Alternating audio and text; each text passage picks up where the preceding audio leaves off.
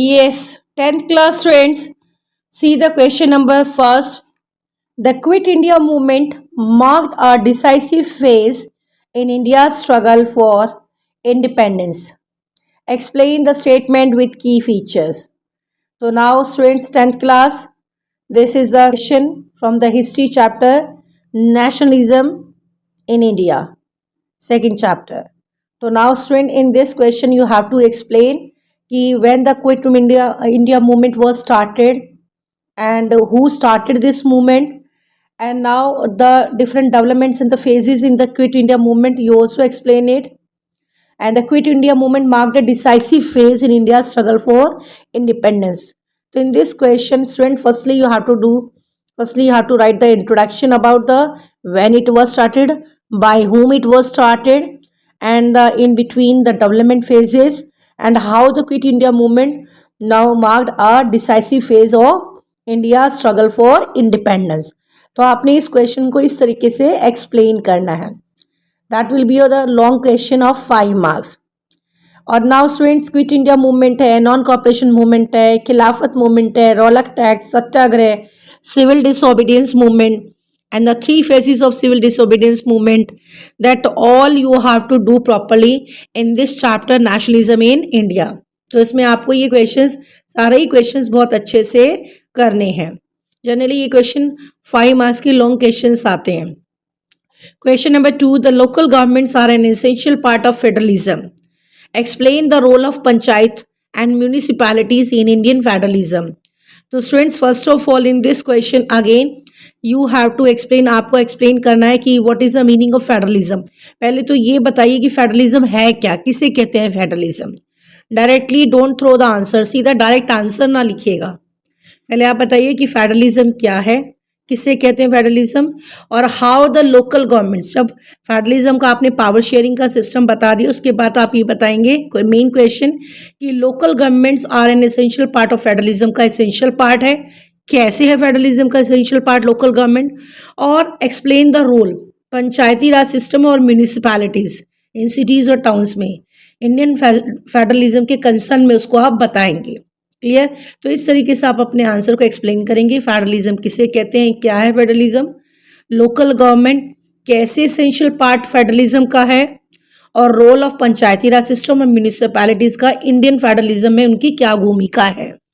इस तरीके से आप अपना 5 मार्क्स का लॉन्ग क्वेश्चन एक्सप्लेन करेंगे. स्टूडेंट, मैं एक चीज़ और आपको बताना चाहूँगी, when you are explaining your long question, तो always your a long question explain in proper manner, पहली बात. दूसरी, पॉइंट वाइज उसको पॉइंट बनाइएगा, पॉइंटर्स में हेडिंग एंड अंडरलाइन कीजिएगा, देन एक्सप्लेन. 5 मार्क्स का क्वेश्चन एटलीस्ट आपके 5 पॉइंट्स प्रॉपर हेडिंग के साथ, अंडरलाइन के साथ और एक्सप्लेनेशन के साथ आपका आंसर बोर्ड के एग्जाम में जाना चाहिए. इफ़ इट इज़ पॉसिबल है तो हिस्ट्री, सिविक, ज्योग्राफी, इको में आपको फ्लो चार्ट, पहले आप फ्लो चार्ट बनाइएगा, कोशिश कीजिएगा फ्लो चार्ट बनाने की. किसी क्वेश्चन में अगर मैक्सिमम में अगर बन सकता है तो अच्छा है, नहीं बन सकता है तो फिर अपना आंसर्स लिखिएगा. पर पहले फ्लो चार्ट बना लीजिएगा, then you explain your answer, तो that will be better. Clear. तो इससे आपका आंसर का प्रेजेंटेशन जो है वो बहुत ब्यूटीफुल हो जाता है. आपका मतलब आपका आंसर ऐसा हो जाता है जो एकदम कन्विंसिंग हो जाता है एग्जामिनर को. और एग्जामिनर अच्छे मार्क्स देने के लिए उसको एक बार सोचना पड़ता है कि मुझे मैक्सिमम से मैक्सिमम मार्क्स इस बच्चे को देना है. इसका आंसर का प्रेजेंटेशन और वे ऑफ एक्सप्लेनेशन वो बहुत अच्छा है, ये एग्जामिनर को लगना चाहिए.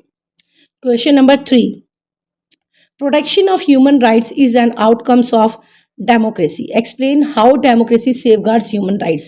तो students, first of all you have to write, you have to explain, आपको एक्सप्लेन करना है what are the human rights हैं क्या, किसे कहते हैं ह्यूमन राइट्स, पहली बात. दूसरा, प्रोटेक्शन ऑफ ह्यूमन राइट्स एक एसेंशियल या आउटकम ऑफ डेमोक्रेसी का परिणाम है.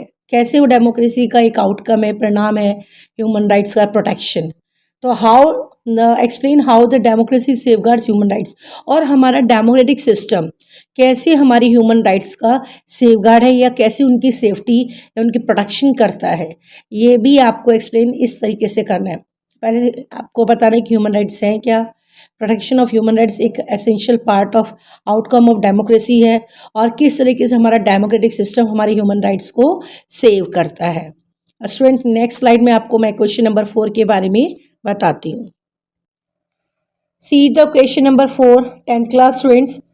The revolutions of 1848 spread nationalist ideas across Europe. Explain the statement with की इवेंट्स। तो आपने इस क्वेश्चन में, क्वेश्चन नंबर 4 में लॉन्ग क्वेश्चन है, इसका रेवोल्यूशन ऑफ 1830 टू 48 के दौरान, ये आपको क्वेश्चन जनरली आपका नेशनलिज्म इन यूरोप हिस्ट्री के फर्स्ट चैप्टर से क्वेश्चन लिया गया है। इस क्वेश्चन में आपको जो उसका टॉपिक है रेवोल्यूशंस ऑफ 1830 टू 48 वाला टॉपिक, उस टॉपिक के उसमें ये क्वेश्चंस को फ्रेम किया गया है।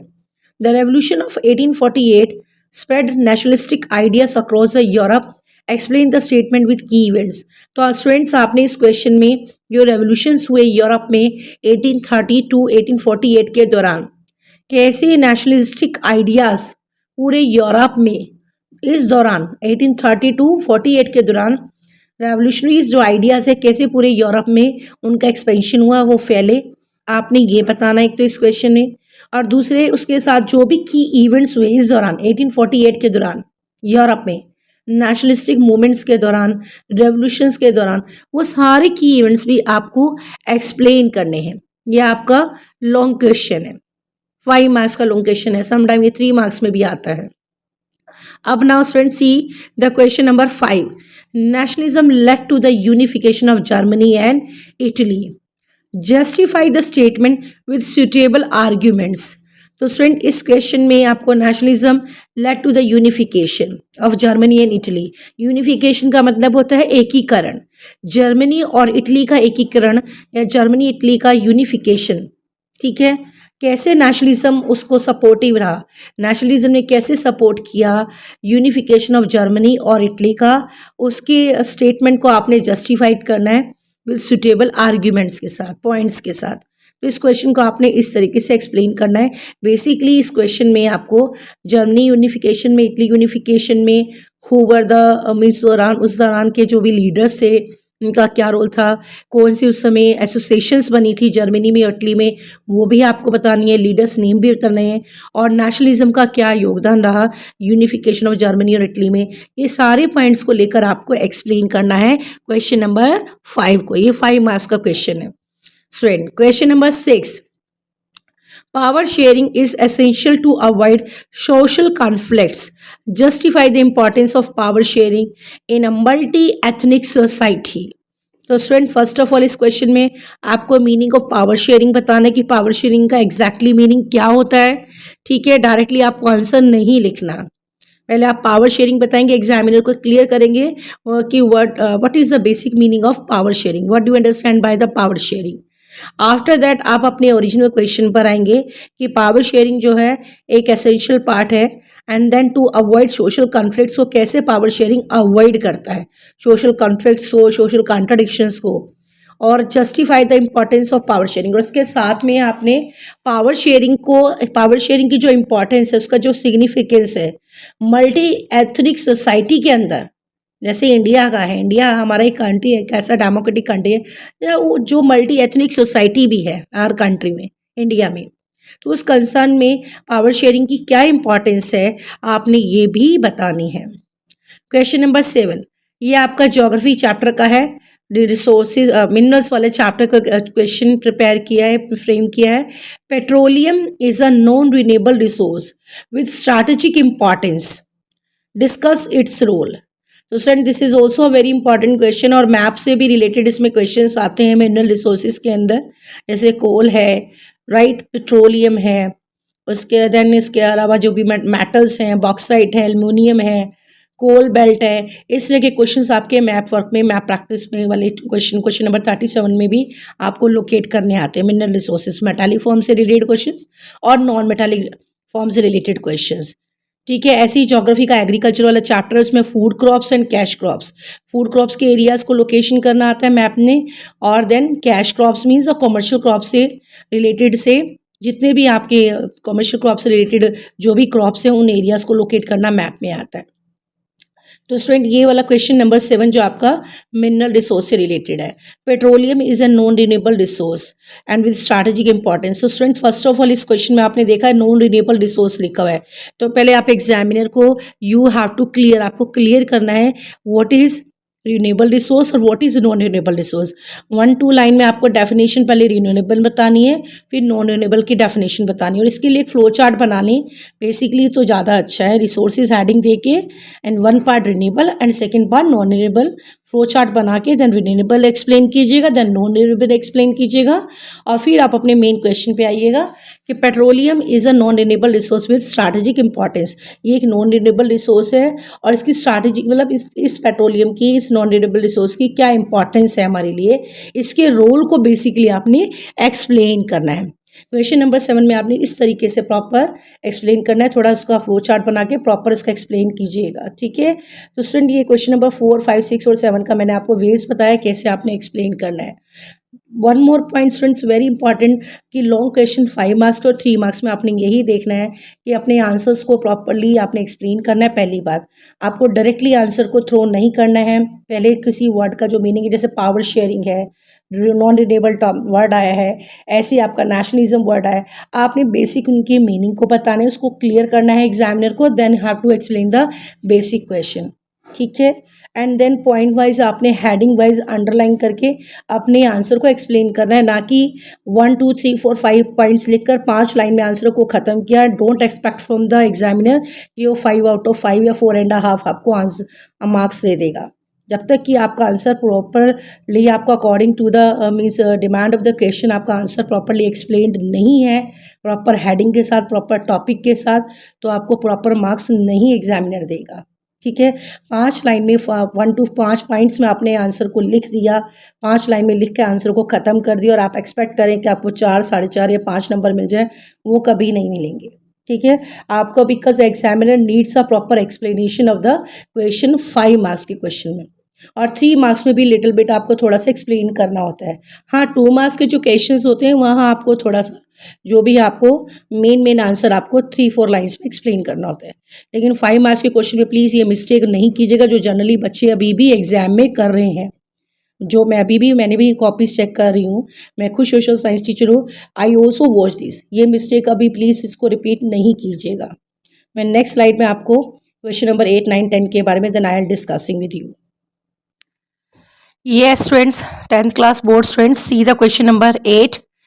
Gender discrimination is a persistent issue in Indian society. Discuss the challenges faced by the women in India. So, student, in this question, firstly, you have to explain what is gender discrimination, right? So, you have to explain what is the meaning of gender discrimination. Then you have to come to the basic question कि gender discrimination is a persistent issue in Indian society. हमारी Indian society में gender discrimination कैसे अभी भी एक means persistent issue बना हुआ है, कैसे अभी भी परसिस्ट कर रहा है, ठीक है। पहले आप मीनिंग बताएंगे जेंडर डिस्क्रिमिनेशन का, फिर ये बताएंगे कि how gender discrimination is persisting issue in are Indian society में, कैसे अभी भी परसिस्ट कर रहा है, अभी भी है ये समाज में, इंडियन समाज में, भारतीय समाज में। और डिस्कस इसके जो चैलेंजेस हैं face by women in India, और हमारी इंडियन सोसाइटी में फीमेल सोसाइटी के द्वारा कैसे डिफरेंट चैलेंजेस को आज भी फेस किया जाता है। इस क्वेश्चन में आपने इस आंसर को ऐसे एक्सप्लेन करना है। पहले जेंडर डिस्क्रिमिनेशन बताएंगे, मैं दोबारा से बता रही हूँ, आपको एक्सप्लेन कर रही हूँ, उसका मीनिंग बताएंगे, कैसे ये इशू इंडियन सोसाइटी में परसिस्ट अभी भी जेंडर डिस्क्रिमिनेशन का इशू बना हुआ है, सेकेंड नंबर ये, और कौन कौन से चैलेंजेस हमारी फीमेल सोसाइटी के द्वारा इंडिया में फेस किए जा रहे हैं जेंडर डिस्क्रिमिनेशन के। तो इस तरीके से आपने इस आंसर को एक्सप्लेन करना है। Question number 9, imperialism was driven by economic, political and cultural motives. Explain the statement with relevant points. Student, first of all, पहले आप ये बताएंगे what is imperialism exactly. imperialism है क्या? What is imperialism? What do you understand by imperialism? आपने heading डालना है और लिखना है मीनिंग ऑफ imperialism। पहले ये बताएंगे imperialism होता क्या है, और आफ्टर दैट फिर आप ये बताएंगे कि imperialism was driven by economic, political, cultural motive से, कैसे इकोनॉमिक, पॉलिटिकल, कल्चरल मोटिव से इंपीरियलिज्म प्रभावित था, ठीक है। और इसे एक्सप्लेन करेंगे इस स्टेटमेंट को विद रेलिवेंट पॉइंट्स के साथ। ठीक है। तो आपने पहले मीनिंग बताना है, फिर कैसे वो मीन्स अफेक्टेड हुआ, इकोनॉमिक हेडिंग डालेंगे, इकोनॉमिक पार्ट से, पॉलिटिकल पार्ट से एंड देन कल्चरल पार्ट से, कल्चरल मोटिव से। इन तीनों को लेकर आपने हेडिंग डाल के अंडरलाइन करके एक्सप्लेन करना है। अब नाउ सी, और ये आपका पहला क्वेश्चन नंबर 8 आपका सिविक्स का चैप्टर से है और क्वेश्चन नंबर 9 आपका हिस्ट्री के चैप्टर से है। Question number 10, the Indian National Congress, ये आपका हिस्ट्री का second number nationalism in India से रिलेटेड क्वेश्चन है, second number chapter of history का। The Indian National Congress was founded to voice Indian aspirations, justify the statement with suitable arguments. तो student in this question में first of all आपने INC का, foundation of INC, when was INC Indian National Congress founded, आपको ये बताना है कि Indian National Congress it was founded in 1885, जैसे भी आपने एक्सप्लेन करना है प्रॉपर वे में, ठीक है। आपने पहले इसका इमर्जेंस बताना है कि कैसे इंडियन नेशनल कांग्रेस फाउंडेड हुई, इमर्ज्ड हुई, इमर्जेंस हुआ, उदय हुआ, ओरिजिन हुआ, ठीक है। तो इंडियन नेशनल कांग्रेस का when it was founded and by whom, और किसने इसकी स्थापना की, ठीक है। Indian National Congress by Allan Octavian Hume. तो आपने इस तरीके से पता कि उसका थोड़ा हिस्ट्री बताना है, उसका बैकग्राउंड बताना है इंडियन नेशनल कांग्रेस का। और फिर देन आपने ये बताना है कि इंडियन नेशनल कांग्रेस ये जो ऑर्गेनाइजेशन थी, पॉलिटिकल ऑर्गेनाइजेशन थी, पार्टी थी, that was founded to voice Indian aspiration. किस तरीके से इस इंडियन नेशनल कांग्रेस ने इंडियन हमारे जितने भी पीपल्स से, लीडर्स से, पॉलिटिकल लीडर्स से, नेशनलिस्टिक लीडर्स से, उनकी वॉइस को सामने प्रेजेंटेशन किया, उसको कैसे उसको वॉइस को सामने लेकर आई इंडियन नेशनल कांग्रेस, ठीक है। तो यहाँ पे आपने बेसिकली इंडियन नेशनल कांग्रेस का आपने ये ऐसे बताना है कि कैसे इंडियन नेशनलिस्टिक लीडर्स का, इंडियन सोसाइटी को कैसे उसमें अपना उन्होंने रोल अदा किया इंडियन नेशनल कांग्रेस ने, ठीक है। कैसे लोगों की वॉइस को सामने लेकर आई ये मीन्स इंडियन नेशनल कांग्रेस ये ऑर्गेनाइजेशन, ठीक है, पॉलिटिकल ऑर्गेनाइजेशन। और justify the statement with suitable arguments के साथ आपने इसको जस्टिफाई करना है। पहले आप आईएनसी का एस्टैब्लिशमेंट बताएंगे, कब हुआ, किसने किया, और उसके बाद कैसे ये लोगों की आवाज़ को, इंडियन एस्पिरेशंस, इंडियन जितने भी हमारे लीडर्स हैं, पॉलिटिकल लीडर्स से, नेशनलिस्टिक लीडर्स से, कैसे लोगों की आवाज़ को सामने लेकर आए, इससे किसी इस क्वेश्चन को एक्सप्लेन किया जाएगा। तो स्टूडेंट मैंने आपको पहले अपने प्रीवियस वीडियोस में पार्ट 1 में भी मैंने 2022 के क्वेश्चंस अराउंड दिए थे, पार्ट 2 में भी 22-23 क्वेश्चंस अराउंड दिए मैंने आपके हिस्ट्री, सिविक, जियोग्राफी, इको से लेकर, और पार्ट 3 में भी रिवीजन पार्ट में मैंने 10 क्वेश्चंस लिए हैं।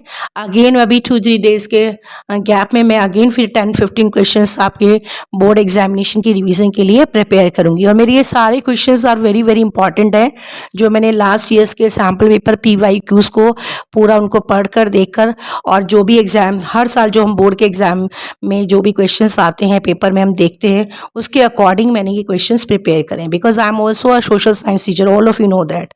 और मैं स्कूल में ही टीचिंग करती हूँ, तो हमें सारा पता है कि इस तरह के क्वेश्चंस एग्जाम में आते हैं। तो इसीलिए मैं बच्चों की इस तरीके से हम लोग रिविजन करें, जिससे बच्चों को ईजिली उनको क्वेश्चंस अवेलेबल हो जाए, ईजिली उनका रिवीजन हो जाए, और वो लास्ट मोमेंट पे बच्चे कंफ्यूज, स्टूडेंट्स हमारे बोर्ड के कंफ्यूज ना हो social science, because last moment पे सोशल साइंस सब्जेक्ट में जनरली बच्चे बहुत कंफ्यूज और अंडर द स्ट्रेस आ जाते हैं। ये जनरली एवरी ईयर हम बच्चों का देखते हैं। तो इस तरीके से आप अपने क्वेश्चंस को लें और बेसिक्स को जरूर ध्यान दें। चैप्टर को आपने अच्छे से गो थ्रू किया होगा, अगर नहीं किया है तो प्लीज़ मेन टॉपिक्स को अच्छे से पढ़ लें, और जिस तरीके से मैंने क्वेश्चंस बताए हैं कैसे उनका प्रेजेंटेशन बोर्ड एग्जाम में आपको करना है, you have to do accordingly, उसके अकॉर्डिंग आप प्रिपेयर कीजिएगा लॉन्ग क्वेश्चंस को स्पेशली। और किसी भी क्वेश्चंस को, ये मेरा रिक्वेस्ट है ऑल द बोर्ड स्टूडेंट्स को, जो मैं 10th में भी and the other 12th class के स्टूडेंट्स को भी कन्वे करती हूँ कि नेवर लीव एनी क्वेश्चन को छोड़ना नहीं है, चाहे वो आपके शॉर्ट क्वेश्चन है, वेरी शॉर्ट है, लॉन्ग क्वेश्चन है।